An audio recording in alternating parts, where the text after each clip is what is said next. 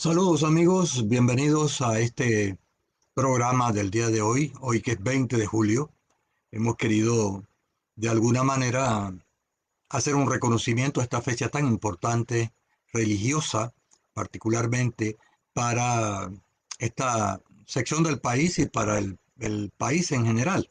El tema de Santa Librada es el tópico que vamos a analizar esta noche con un subtítulo que le hemos colocado, Análisis sociológico de un ícono religioso. Incursionar en el personaje de Santa Librada, de Santa Liberata, desde una visión distinta, no solamente recogiendo lo que se dice tradicionalmente de la Virgen y Mártir gallega, sino también aportando elementos históricos que nos permitan comprender el fenómeno de Santa Librada, porque en los últimos tiempos una Virgen y Santa Librada es tan apreciada en el país porque hay tanta gente que sigue a Santa Librada y sobre todo qué fue lo que pasó realmente con el tema de Santa Liberata. Ese es el objetivo del día de hoy. Y tenemos que comenzar, obviamente, por el análisis del catolicismo, por ubicarla en la península, naturalmente, en la península de Azuero, porque el catolicismo es un pilar fundamental para comprender al hombre que habita esta parte de la geografía peninsular. Este asunto de que podemos indicar que de Galicia al Canajagua es una expresión que es importante tenerla presente. ¿Cómo llegó Santa Librata realmente a estas tierras? ¿Y por qué? ¿Qué fue lo que pasó aquí históricamente? ¿Cuál fue el contexto sociológico en el cual se cobija esta devoción a la Virgen y Mártir gallega? Y esa venida de Galicia, del sector de Pontevedra hasta esta zona, es importante tenerlo presente. Y si nos ubicamos en España, tenemos que recordar a Bayona, Bayona también eh, expresado, de Bayona a las Tablas, así como de Galicia al Canajagua. Librada naturalmente es un término que significa aquella que ha sido liberada. Y va a tener una relevancia importante en los siglos XVI y XVII, particularmente en el caso de Alemania, por ejemplo, donde la van a llamar Virgen Fuerte, va a tener adeptos también en el sector de Francia y naturalmente en la zona española a la cual hacemos nosotros eh, alusión. Pero veamos entonces cómo es posible este asunto y qué pasó en esta península que ha sido denominada de diferentes maneras a través del tiempo, desde los tiempos del río Cubitá, río de los Maizales o río La Villa, desde la época de las primeras fundaciones en el siglo XVI, porque Santa Librada es un fenómeno del siglo XVII, 1600 y tanto, sobre todo en la segunda mitad si hacemos alusión a la península. Ahora, hay que tomar en cuenta un poco el contexto. Estamos hablando de una sociedad agraria. Estamos hablando de un grupo humano mestizo, de una mezcla de componentes de negros coloniales con una fuerte influencia indígena, aunque los indígenas hayan desaparecido ya para el siglo XVIII, los estudios genéticos así lo demuestran, y es un asunto estrictamente científico, no estamos aquí improvisando cosas, de inventando situaciones de otra naturaleza. Entonces, este hombre en una sociedad agraria, en una sociedad mestiza, un hombre que va a estar diseminado o como dicen en los documentos de los siglos de la colonia, desparramados. Dicen muchas veces los obispos cuando hacen sus visitas a la zona, que la gente vivía desparramada por los campos, con algunos hitos poblacionales importantes que van a estar constituidos por Parita, Paritá o Parisa, eh, y la Villa de los Santos. 1569, la fundación de la Villa de los Santos. Parita, que va a ser creada conjuntamente con Olá, una población que queda cuando uno va hacia Panamá un poco después de Natá de los Caballeros. Parita y Cubitá. Hace poco veía casualmente con mi hijo un mapa de finales del siglo XVIII, y a la hora de denominar al río, no dice Río La Villa, dice Cubitá o Cubita, ¿no? Y a lo largo de eso, y vamos viendo allí cómo van surgiendo pueblos interesantes y cómo van a surgir en los pueblos los templos. Esos templos que en la península hasta la primera mitad del siglo XVIII, finales del siglo XVII, van a ser templos muy modestos, con techos, con paredes probablemente tipo quincha, y con techos, algunos de teja y otros de empencados. Eso es lo que uno encuentra en aquella época, porque los templos, tal y como nosotros los conocemos, van a ser una hechura del siglo XVIII. Y hablo de esto porque este es el contexto para comprender a Santa Liberata, para comprender a Santa Liberata. Aquí hay un hombre entonces. ¿Cuál es el sujeto social que va a venerar a la santa? Porque no cabe duda que el patrón más distinguido de la península es indiscutiblemente Santa Librada, sin demeritar algunos otros. Y ese sujeto hay que entenderlo también, un hombre de campo, un hombre rural, como sucedía para esa época en Europa y en toda América Latina, un hombre sin formación, sin instrucción, vamos a decirle así, un hombre educado, con valores, pero sin escuela, apabullante el analfabetismo en la zona todavía hasta comenzando el siglo XX. Pero va a ser un hombre montaraz, pues, va a ser un hombre del campo que va a acudir ocasionalmente a los templos para bautizar hijos, para realizar algún casamiento, aunque no es la tendencia dominante en la península. El hombre vive por los campos y ocasionalmente acude a los pueblos, y, y va a ser un hombre con valores. Esto es muy importante. Esos valores van a ser valores fundamentados en el catolicismo, en la existencia también de una fe importante, aunque viva alejado eh, de la religión propiamente dicha, que son los relatos que uno encuentra de los obispos en esos siglos, que, que hay que prestarle atención, pero que hay que verlo con mucho cuidado, porque en ese periodo son muy dados a hacer reportes un poco exagerados de la realidad. Esto es importante. Es un hombre temeroso de Dios también, con una gran autoestima cultural. Y esa gran autoestima, en esos valores, en esa visión de mundo, está el catolicismo. Y está el apego a su templo, eh, a ese templo que es importante para él.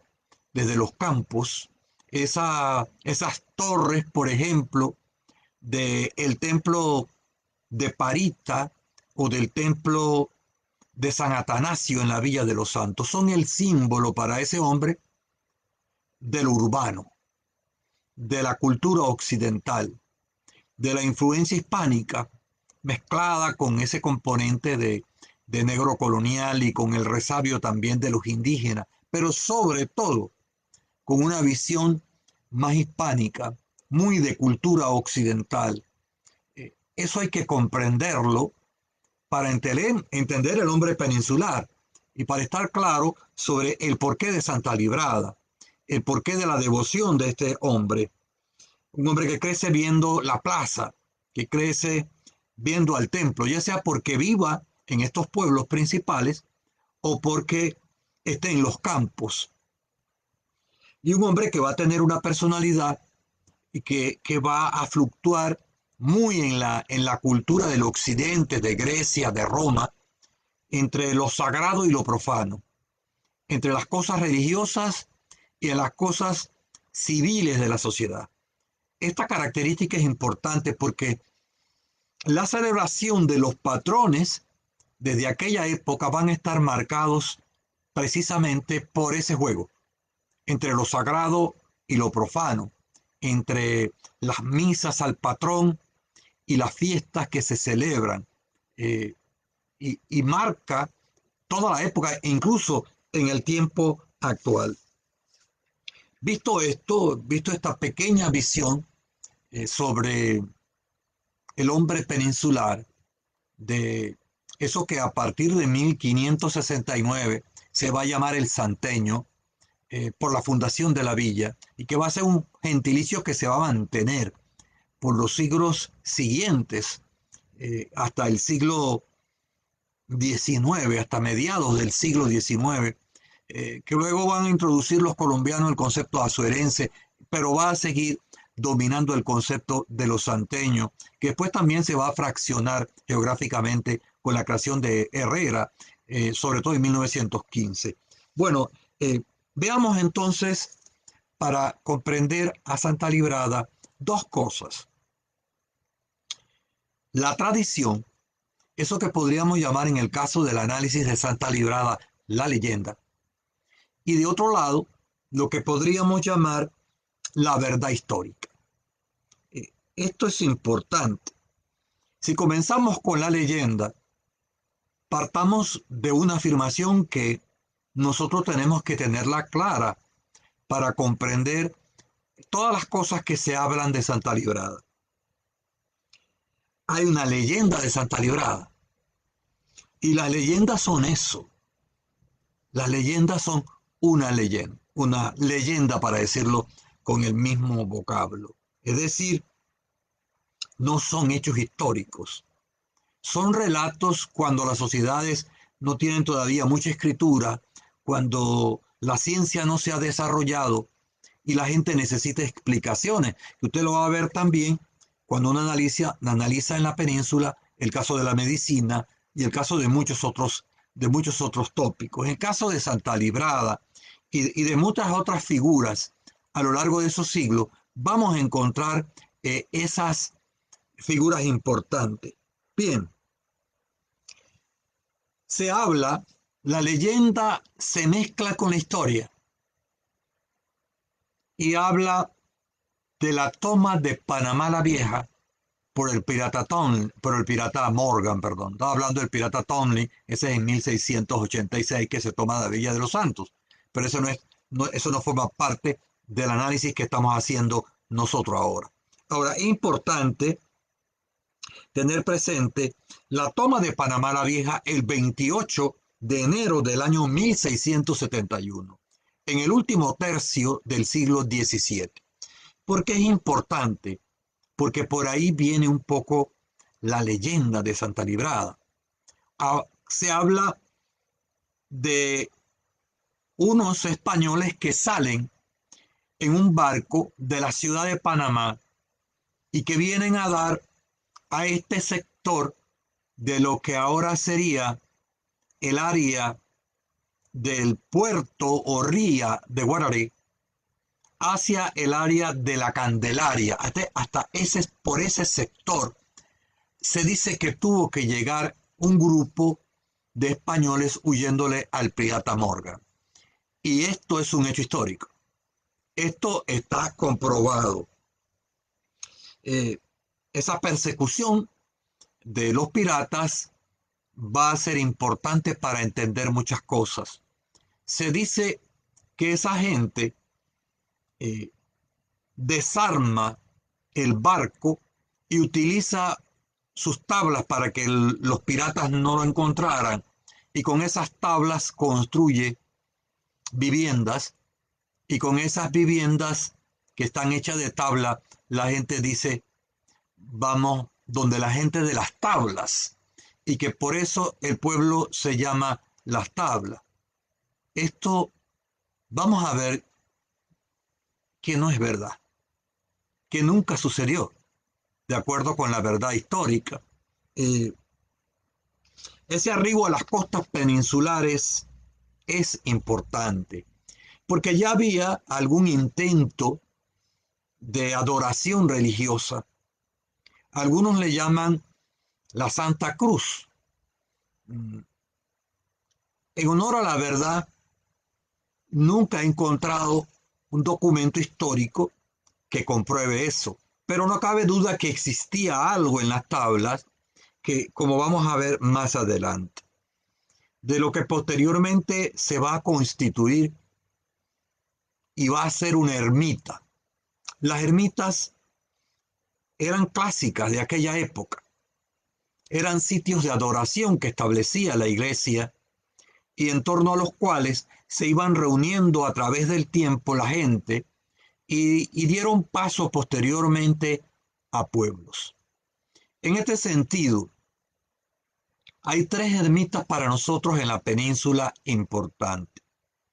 Se habla de una ermita de Pecé, se habla de una ermita en el área de Pocrí y se habla de una ermita en la zona que posteriormente van a llamar Las Tablas. Y lo que a nosotros nos interesa en este punto es que de acuerdo con esa narración, los españoles trajeron a Santa Librada y la introdujeron en ese pequeño conglomerado que había, porque no, los pueblos todavía no tenían formatos de pueblos. Habían surgido allí por familias, por los hijos que iban construyendo casas, porque es importante tener presente esto en el caso de la península. Aquí no hubo una fundación formal eh, ordenada por la corona.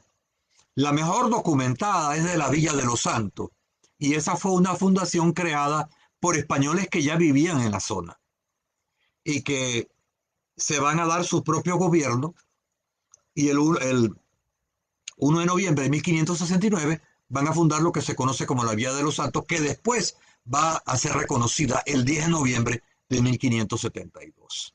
Estamos hablando en una época del siglo XVI y principio del XVII, donde seguramente no existían otros pueblos aquí en la península. Es un proceso lento de formación de áreas un poco urbanas. Ahora, después, estos conceptos donde están las ermitas, que les van a hacer también, van a haber curas de la famosa ayuda de parroquia, de la creación de viceparroquias, hasta posteriormente cuando van a surgir pueblos que se van a separar de la iglesia que domina la península. Y la iglesia que domina la península es la de San Atanasio. Y todas van a estar sujetas, por ejemplo, Guararé en el siglo XIX y siglo XVIII, las tablas, y están los documentos de actas, por ejemplo, de nacimiento, de matrimonios y demás, donde los curas escriben que pertenecían a la égida, al dominio del templo de San Atanasio. Ese es un periodo de los siglos XVI, sobre todo XVII, XVIII y todavía en el siglo XIX. Pero bien, ¿qué eran realmente las tablas? Unas cuantas casas diseminadas por el campo, que poco a poco van a ir estructurándose. Y hay que estar claro en muchas cosas. Uno de los problemas que más tenemos en la península para la comprensión de lo que nosotros somos es que alguna gente se ha dado a la tarea de inventar cosas. Por ejemplo, hemos leído que Las Tablas fue fundada el 20 de julio del 1671. Lamento decir que eso no existe, que Las Tablas no tuvo fecha de fundación, como no la tuvieron la mayoría de los pueblos de la península, que como ya hemos dicho, se fueron creando poco a poco a lo largo de esos siglos. Estas leyendas y estas referencias a Santa Librada y otros patrones son lo que a veces hace difícil el estudio del personaje religioso, porque aquí no se trata de irrespetar a ningún personaje religioso. Estamos muy lejos de eso. Somos muy respetuosos de eso. Yo siento una valoración extraordinaria por Santa Librada, por lo que ella representa en nuestra cultura. Pero eso no significa que no podamos analizarla como un fenómeno, que no podamos ir más allá de la leyenda, que es lo que usted está viendo en las últimas décadas en la península. Gente, historiadores como Alberto Beto Arjona, gente como el profesor Oscar Velarde Batista, para mencionar dos nombres nada más, eh, están incursionando en eso. Yo por mi parte he hecho otras cosas. ¿Y qué es lo que uno encuentra en los documentos?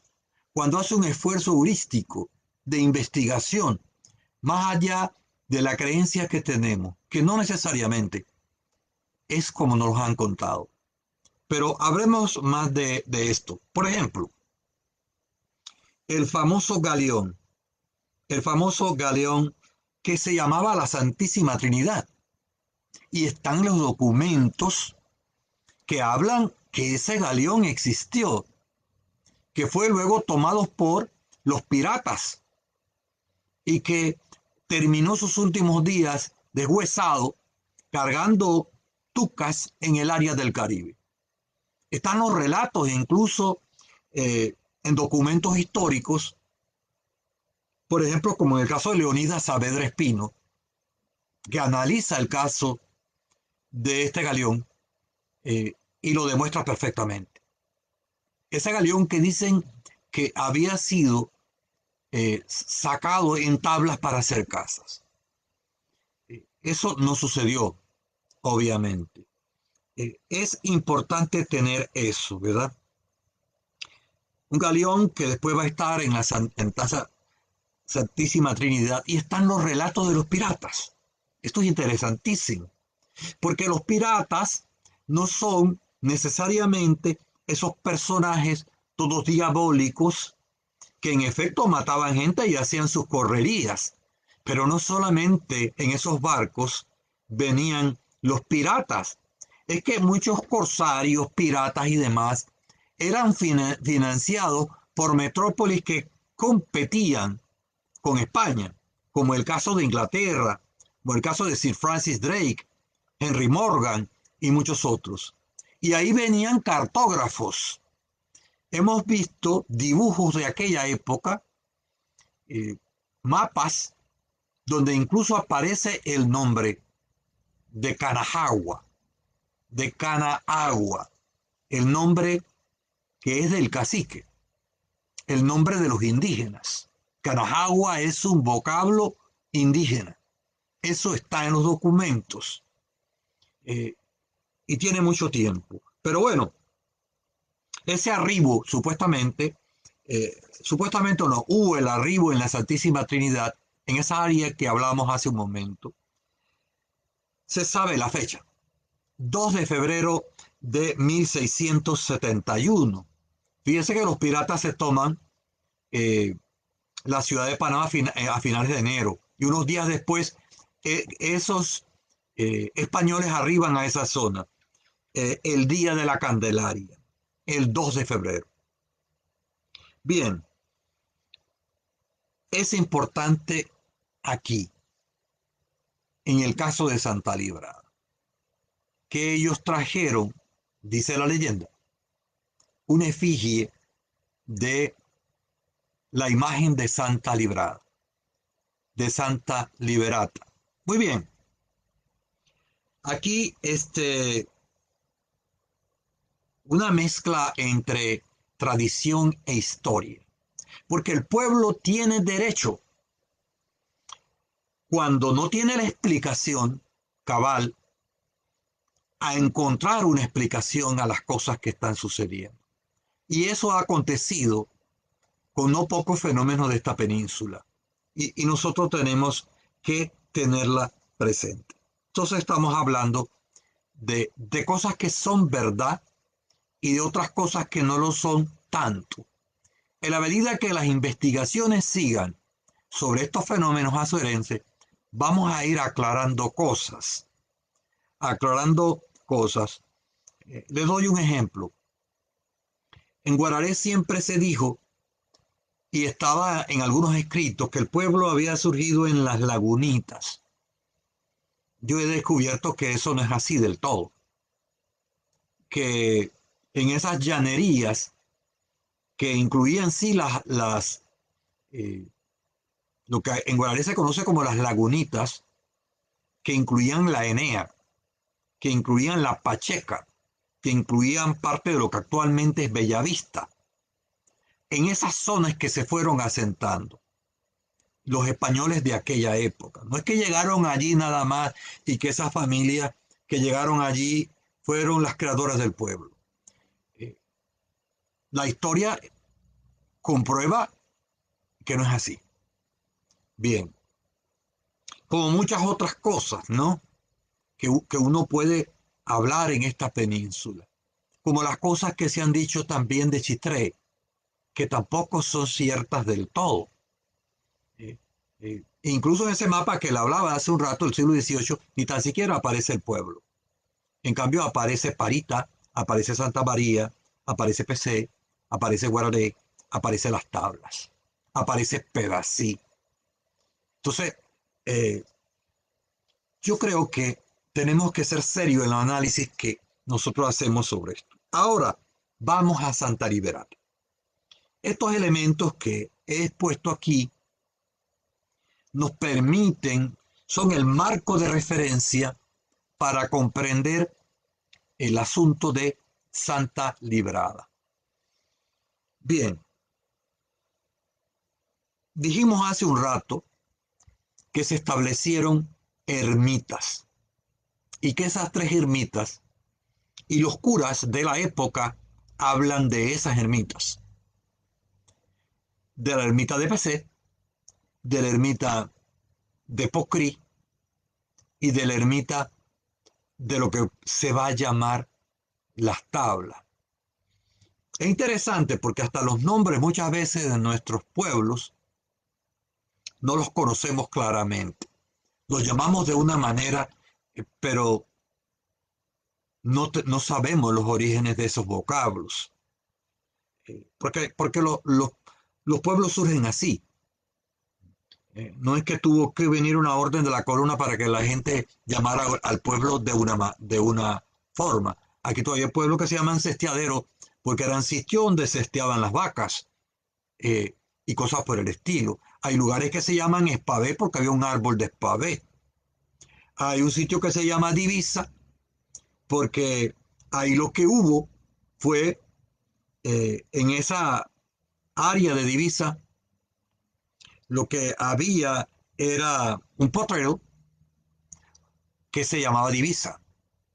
Y la gente decía, te espero en Divisa. Y se quedó Divisa. Entonces, vamos aclarando muchas cosas. Los formatos de pueblo, como el de Las Tablas, como el de Guararé y muchos otros, no van a aparecer realmente hasta el siglo XVIII. No sé, del siglo XVI se van a ir poco a poco creando. No así los casos de la villa y el caso de Parita, que son pueblos antiquísimos en nuestra península. Bien, eh, hay un dato histórico importante. El obispo Diego Ladrón de Guevara dejó constancia, estamos hablando de 1693, de que él había recibido una reliquia y una imagen de Santa Librada. Y va a ser el mismo obispo que va a recorrer las áreas interioranas y que va a recorrer estas tierras también, como muchos más, otros más obispos, porque recuerde que dependíamos todo de Panamá. Entonces, esto es un aporte interesante, porque en el caso de los patrones, quienes establecían los patrones era la iglesia. Y en aquella época todavía más. Y se sabe que hubo en el templo de San Atanasio también una imagen de Santa Librada. Es interesante cuando uno ve todos estos datos importantes para comprender el origen de Santa Librada. Y vuelvo a aclarar, no se trata de destruir tradiciones ni creencias. Se trata, yo creo que las creencias juegan un papel muy importante en la historia nuestra, del mundo, de la península, eh, y que debemos enseñarla y que debemos tenerla presente, pero debe correr paralelamente el avance de la investigación para comprender los sucesos más allá de lo que la gente cuenta. Muy bien. Una pregunta que uno tendría que hacerse: ¿fue realmente el obispo Diego Ladrón de Guevara el que estableció la advocación de Santa Librada? No tenemos un desarrollo de la investigación tan profundo como para aseverarlo, pero comienzan a aparecer cosas interesantes en los estudios históricos de Santa Librada y de muchas otras cosas, porque nosotros vivimos mucho tiempo basado en leyendas, porque no teníamos un espacio, porque no teníamos otra explicación. Y qué bueno que tuvimos leyenda, qué bueno que hubo gente que narraba las cosas de Tío Conejo, que, que hubieron tantas cosas que ahora recoge el folclore. Esto vamos a conversar un poquito más adelante, porque creo que a ustedes como a mí nos interesa mucho esta temática. Y esto hay que verlo con los ojos y el cerebro bien abierto, con una amplitud de miras, sin aferrarse a nada. Miren estos datos. La terminación del Templo de las Tablas es de 1789, es decir, de la segunda mitad del siglo XVIII. Y si usted se fija en la portada del templo de San Atanasio, es un poco, unas cuantas décadas antes del caso de las tablas, la construcción del templo. Y esto hay que entenderlo muy bien para comprender que en aquella época no es que aquí vivíamos al garete, no es que la gente hacía lo que le daba la gana. Había una norma religiosa, había una forma de ser, había unos pueblos que eran dominantes, que eran hegemónicos, en torno a los cuales vamos a ir creciendo diferentes generaciones. Eh, Ahora, 1789, la parroquia de Santa Librada, la erección de la parroquia, la separación del templo de Santa Liberata del templo de la villa. Recuerde que aquí dijimos que eso estaba controlado por eh, los curas de la villa. Bueno, hay un movimiento en la ciudad de Las Tablas, ya para la segunda mitad del siglo XVIII, que quieren separarse en muchas cosas. Y hay un documento descubierto por el gran amigo Mario Moreno Chiricano, firmado por gente notable de las tablas de aquella época, que pedían que se le diera al templo independencia, que ellos pudieran hacer las cosas sin depender tanto de la vía de los santos. Bueno, la erección eso se va a producir para los tableños en 1797. Y ahí está el documento histórico que así lo confirma. Es decir, Santa Librada va a tener un templo bajo su advocación, ya el edificio, porque a veces cuando hablamos de estas cosas religiosas confundimos, y lo digo porque yo a veces también lo hago inadvertidamente. Una cosa es el templo, el edificio arquitectónico, y otra cosa es la iglesia. La iglesia son los feligreses, todo el que participa en este caso del catolicismo, esa es la iglesia. Pero nosotros hemos siempre llamado iglesia al templo. Pero vamos avanzando. ¿Quién quién erige la parroquia? Otro obispo, el señor doctor don Remigio de la Santa y Ortega. Como ven, el surgimiento del templo a la Virgen y mártir gallega es un proceso largo.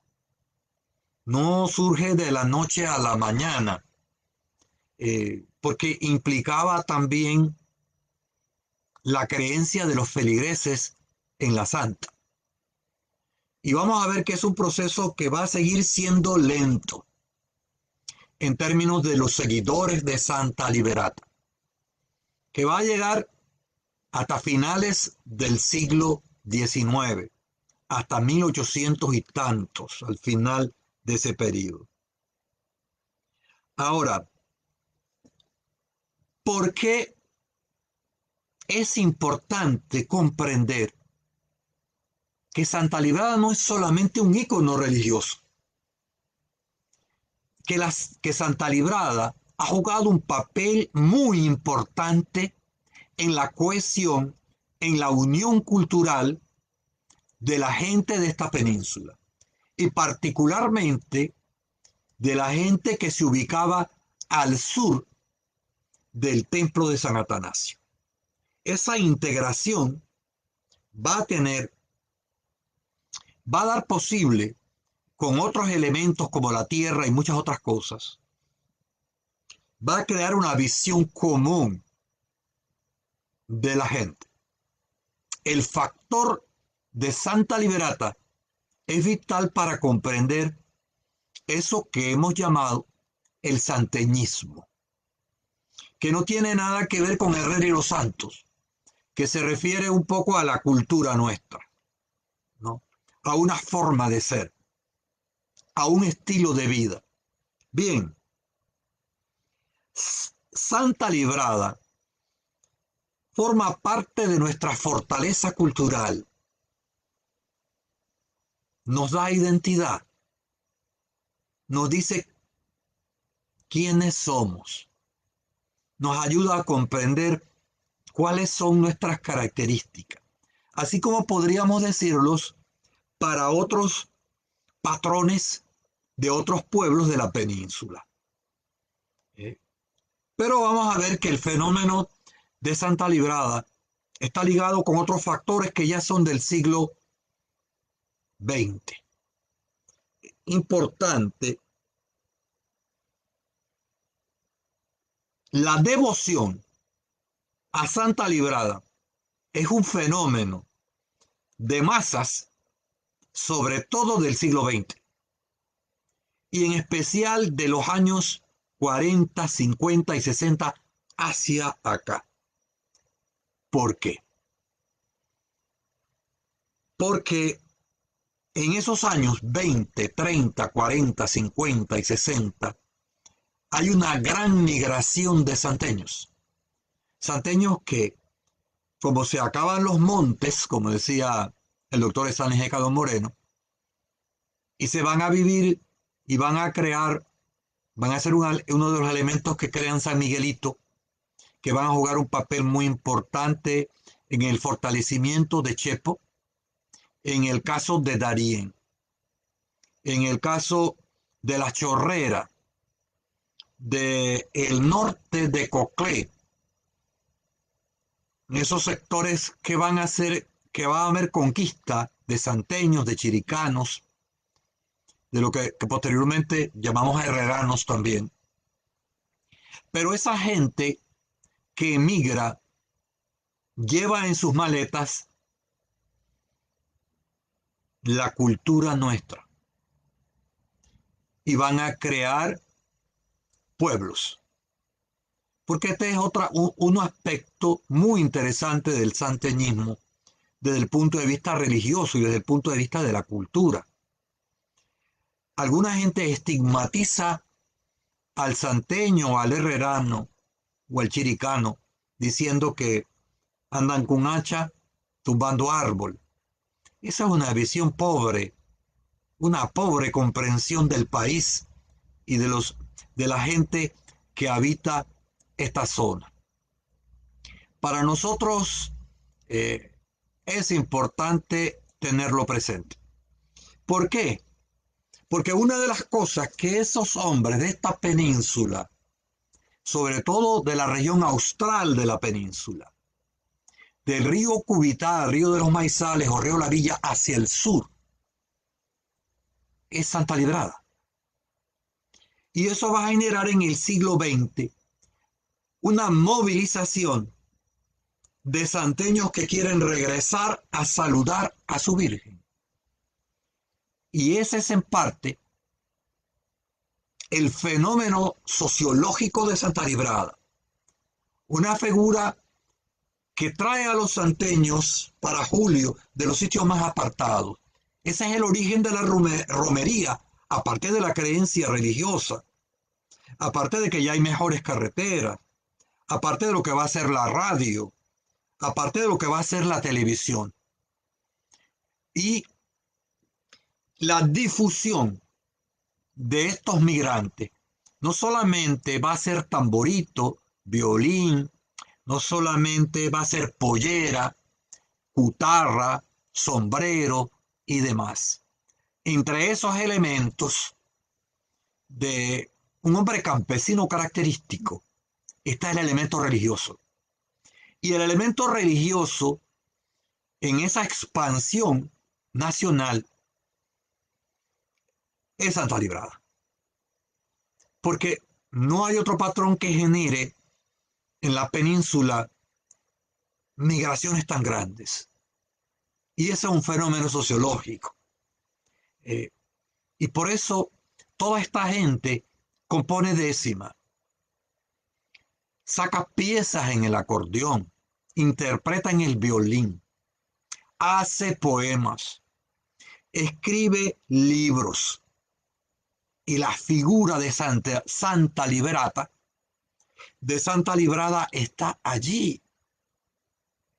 Esas son las causas reales de Santa Librada, de esa mística que hay en la procesión de la Moñona, que la gente la hace suya de diferentes maneras. Eso es lo que es Santa Librada. Y fíjese usted que cuando usted le mete la historia, le mete ciencia al fenómeno de Santa Librada, entonces se convierte en un fenómeno, en un suceso realmente hermoso de análisis. Y entonces fortalece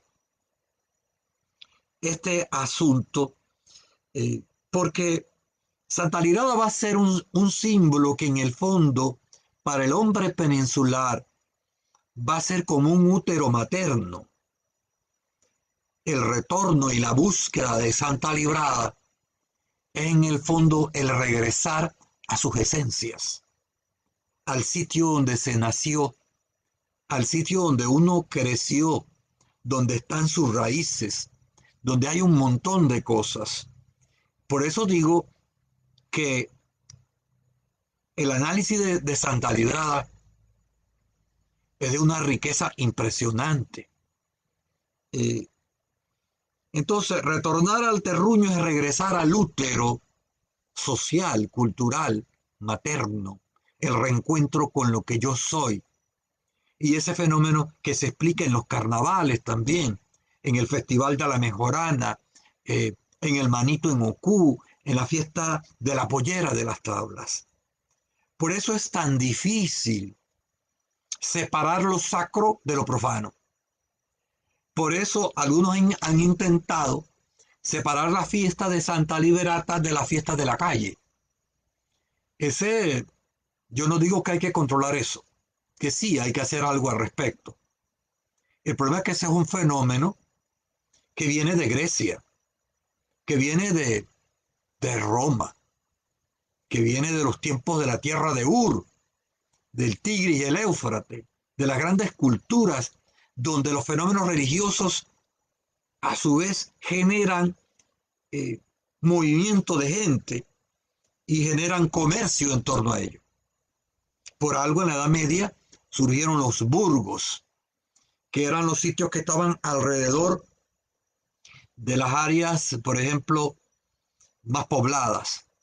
De ahí viene el concepto de burguesía para referirse a aquellos que se dedican al comercio. Eh, Interesante que uno entonces vea en ese fenómeno, en ese encuentro, porque el encuentro con Santa Librada es el encuentro con la cultura, es el encuentro con la sociedad, es el encuentro con las raíces. Eso que aquí hemos llamado como el útero del fenómeno. Interesante. Entonces, la librada de alguna manera es la encarnación de nuestra cultura. Es un ícono tan relevante como el Canajawa, tan relevante como el doctor Belisario Porras Barahona, tan relevante como Manuel Fernando de las Mercedes Zárate, para mencionar unos nombres. Gente y figuras que nos dicen lo que somos, que se convierten en guías. ¿Acaso no es lo que los personajes a los que más se le ha cantado aquí en la zona?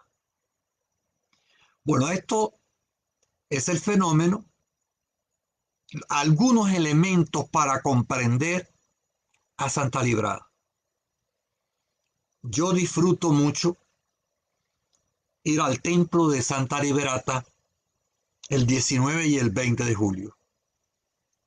Este año no lo pude hacer por las razones evidentes del país, porque lo disfruto no solamente por ver toda esa historia reflejada en el rostro de la gente, de nuestra gente del campo, de los romeros que caminan kilómetros para ir al templo y que se paran ahí extasiados a mirar a Santa Liberata. Y uno sabe que por dentro hay una oración, hay una conversación silenciosa, porque la gente sabe que esa moñona es parte de su vida, tan sencillo como eso. Y eso no lo va a destruir nada, pero sí hay algunos desafíos, algunas tareas que me parecen urgentes emprender en la zona y más allá de la zona. Los desafíos del libradismo, los desafíos de la moñona, los desafíos de librada.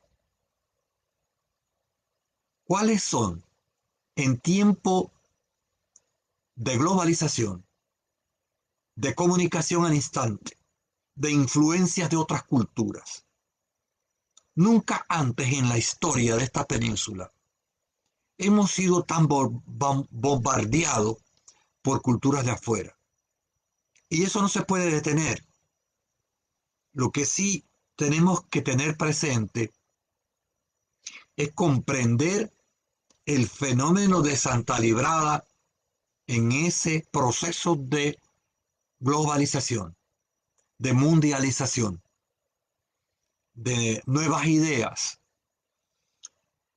Yo creo que una tarea es que hay que continuar, que Santa Librada debe continuar siendo parte integral de nuestra cultura, independientemente de las leyendas, independientemente de lo que digan los análisis científicos de la historia, porque gran parte del santeñismo, de nuestra identidad, de la nación orejana, para utilizar el término de Porras, que abarca toda la península, tiene en este elemento de Santa Librada un factor importantísimo.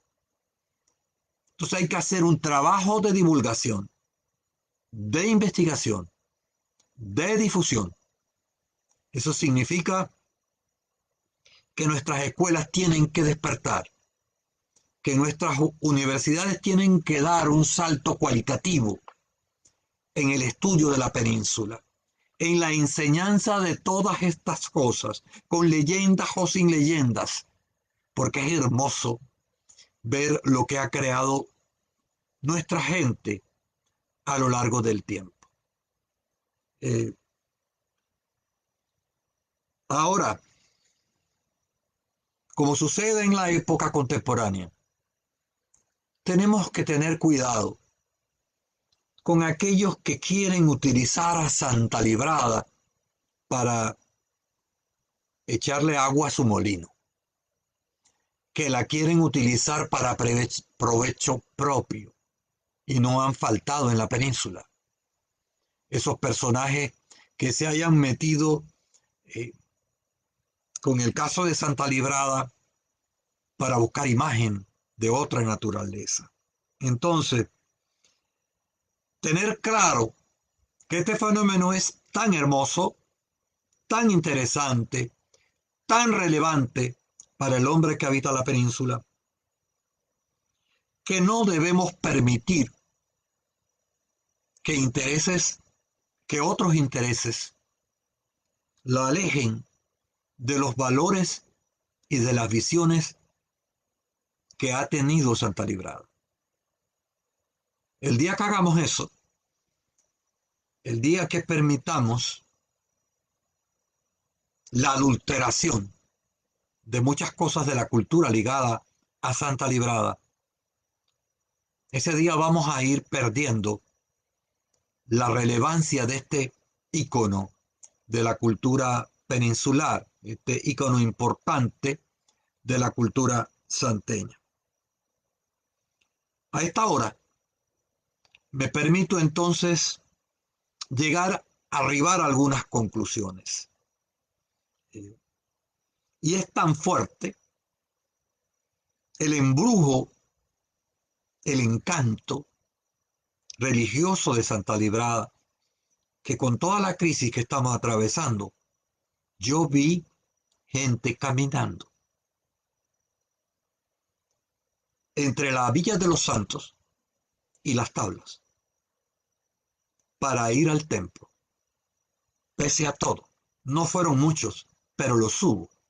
Y cuando yo venía viendo eso, conduciendo mi vehículo, de alguna manera sonreía para mi interior, porque yo entiendo lo que pasa por esa cabeza. Y que mucha gente es el producto de esos siglos. Y no es fácil decirle a alguien que no vaya a la atalaya, que no puede ir a Santa Librada, que no conmemore el 10 de noviembre, por ejemplo, para hablar de tres cosas, ¿no? Bueno, una primera cosa a nivel de conclusión. La leyenda a Santa Librada es solamente eso, una leyenda importante, bonita, interesante. y que fue un intento de llenar un vacío histórico por parte de la población. Segundo,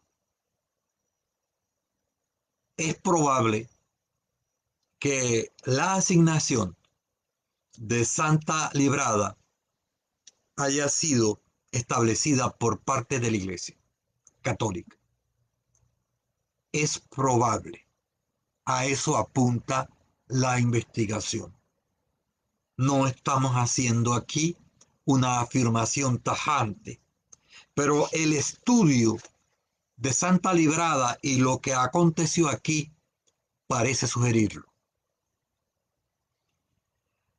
Tercero, la nueva versión histórica que está surgiendo, que está en proceso, en nada menoscaba la fe religiosa.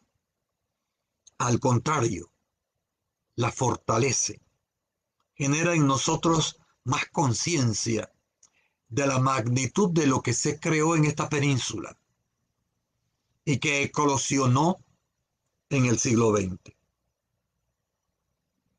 Cuarto, el santeñismo y su identidad cultural están en deuda con Santa Librada. Quinto, Santa Librada en las tablas y las tablas con Santa Librada. Está muy imbricado eso en la cultura del tableñismo. Además del tableñismo, entendiendo como un componente importante del santeñismo. Bien, el caminar de la Moñona es un abrazo y la comprensión del fenómeno es un abrazo que se da la ciencia, la religión y la tradición. Mire usted qué cosa tan impresionante. Tres cosas que se unen y que se fortalecen. Y eso vale para muchos otros fenómenos socioculturales e históricos y religiosos de la península. El siglo XX, el amanecer de esta época, nos va a mostrar algunas cosas distintas de las que siempre creímos. Pero eso no va a ir en menoscabo de lo que somos. Nos va a fortalecer. Nos va a proyectar de una manera más fuerte. Y lo último, la devoción ha de continuar, pero en otro contexto social y sin menoscabo de la verdad histórica. He querido, en el día de hoy, asumir este tema de Santa Liberata, de Santa Librada, como un personaje interesante para nosotros, porque hay que comprender a Santa Liberata más allá precisamente de el icono religioso, más allá del fenómeno religioso propiamente dicho. Es importante entonces esta comprensión de el caso de Santa Librada. Muy bien. Bueno, hasta aquí este análisis que espero sea como un insumo que nos ayude a entender más lo que ha acontecido aquí desde un punto de vista religioso. Estas cosas están escritas. Si usted quiere tener una visión, si usted quiere leerlo con más calma, entonces le invito a visitar mi página www.sociologiadeazuero.net. En el buscador coloque Santa Librada y va a encontrar los análisis que hemos hecho, que están escritos y que hoy, retomando esos análisis realizados por este servidor, con el auxilio de otros investigadores importantes de la zona, nos han permitido tener una visión un poco enriquecedora de Santa Librada. Bueno, agradezco a toda esta gente hermosa que está aquí siguiéndonos, a Dimas Antonio Rodríguez Díaz aquí en la Villa de los Santos, a Justo Díaz, también a Rolando Palma, a Gloriver González que está en Chitré, a Erika Castillo, al profesor Luis Morenos, y a todos los que siguen el tema. Dice Luis Moreno que saluda al gran amigo Jacques Dumont, un francés que ya es como la Torre de Panamá la Vieja. Carmen Barahona de Jordán en Chitré, Antonio del Castillo, que nos dice Mario Molina, el investigador de Chiricano, Ana Aura María Rodríguez Bernal, eh, eh, Álvaro Sebastián González, que dice que es un excelente tema, Blanca González de Tejada, también dice que es un buen tema, Jorge Luis Bustavino, también, como siempre, dice, interesante los temas, Javier Abraham Vergara Rodríguez, bueno, hay una lista ahí de Susana Vázquez, felicitaciones por el tema, compartir temas como este es fortalecer nuestro patrimonio cultural y un llamado a seguir investigando para comprender mejor quiénes somos. Sin duda que así es, profesora Susana Vázquez, Aura María Rodríguez Bernal, Tatiana Lombardo, Justiniano Montenegro, un tableño 100%, Aura María Rodríguez Bernal, Orlando Humberto Mendieta, a Aldo Río Serranos, bueno, y otros que están aquí. Yo me despido eh, ocasionalmente cuando estimemos que en la coyuntura social, histórica o cultural de la nación haya un tema que nos parezca que valga la pena abordarlo, les invitamos a leer en eh, YouTube mi página que tiene 100 videos sobre la península de Azuero de aproximadamente 1 hora cada uno para revisar esta historia, a visitar sociologiadazuero.net. En las redes sociales también estamos escribiendo diariamente sobre temas. A ustedes se les agradece que hayan dispensado este espacio. Que la pasen muy bien.